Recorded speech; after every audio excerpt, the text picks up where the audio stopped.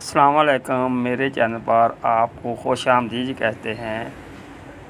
مہربانی کریں میرے چینل کو لائک کر دیں، شیئر کر دیں، سبسکرائب کر دیں اور آل کے بٹن کو پریس کر دیں تاکہ ہر نئی آنے والی ویڈیو آپ تک بار وقت پہنچ سکے۔ مہربانی ہوگی میرے چینل کو لازم سبسکرائب کریں۔ شکریہ۔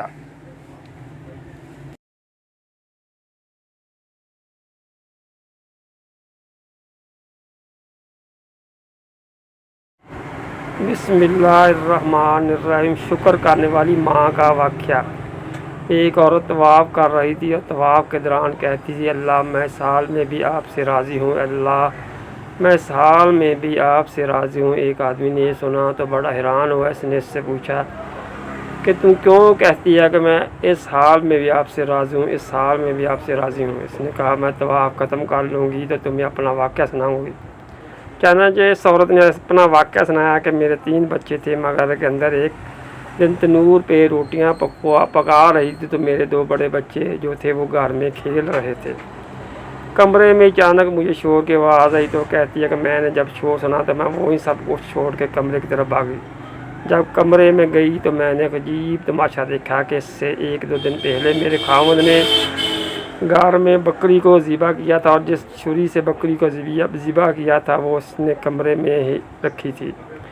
تو میرے دونوں بچے کھیلتے کھیلتے ان میں سے ایک نے دوسرے کو کہا، تمہیں پتہ ہے کہ ابو نے بکری کو کیسے ذبح کیا تھا؟ تو دوسرا کہتا ہے، نہیں مجھے تو نہیں پتہ۔ وہ کہتے ہیں، اچھا آؤ میں تمہیں بتاتا ہوں کیسے ابو نے ذبح کیا تھا۔ تو میرا درمیان والا بیٹا جو تھا وہ زمین پر لیٹ گیا اور بڑے لڑکے نے اس کو چھری اٹھا لی۔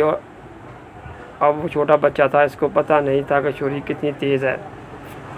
چنانچہ اس نے اس کے گلے پہ جو چھری چلائی تو گلا تو فوراً کٹ گیا، خون کا فوارہ پھوٹنے لگا۔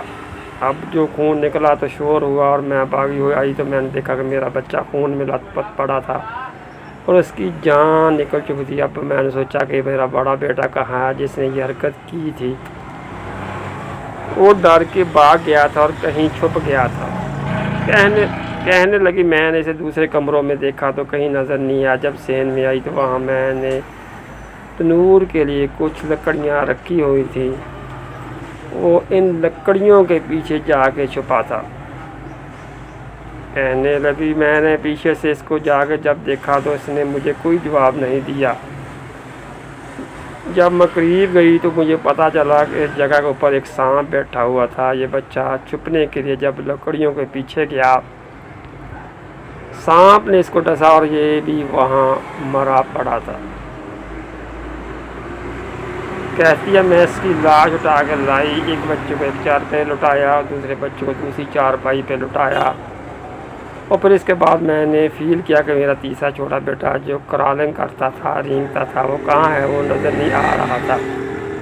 کہنے لگی، میں اٹھ کے جب تنور کی طرف آئی تو میں نے دیکھا کہ اس نے کرال کیا اور وہ تنور کے اندر گر چکا تھا۔ تو میں نے اپنے زندہ بیٹے کو آگ کے اندر پورا جلتا ہوا دیکھا، وہ بھی فوت ہو چکا تھا۔ تو میں نے 3 بیٹوں کی لاشوں کو چارپائی پہ رکھا، پھر ان کو نہلایا، ان کو کفن دیے۔ جب تینوں کے جنازے ایک دن میں گھر سے نکلے تو اس کے بعد میں عمرے کے ارادے سے آ گئی۔ اب میں طواف کر رہی ہوں اور اپنے اللہ کو کہتی ہوں، اللہ میں سال میں بھی آپ سے راضی ہوں، اے اللہ میں اس حال میں آپ سے راضی ہوں۔ آپ ذرا غور کیجئے اس ماں کے دل پہ کیا بیتی ہوگی ایک دن میں جس کے تینوں بیٹا کا جنازہ گھر سے نکلے اور پھر وہ طواف کرتے ہوئے کہہ رہی ہے، اللہ میں سال میں بھی آپ سے راضی ہوں۔ تو ہم نے کہاں غم دیکھے ہیں، کہاں تکلیفیں دیکھی ہیں؟ ہم نے نہیں دیکھی۔ ہمیں تو اللہ نے بہت سی نعمتیں دی ہوئی، پھر بھی اللہ تعالیٰ کا شکر ادا نہیں کرتی۔ ہر حال میں جس طرح بھی ہمیں اللہ تعالیٰ کا شکر ادا کرنا ہے، اللہ تعالیٰ جہاں رکھے وہاں راضی ہونا چاہیے، اللہ تعالیٰ کا شکر ادا کرنا چاہیے۔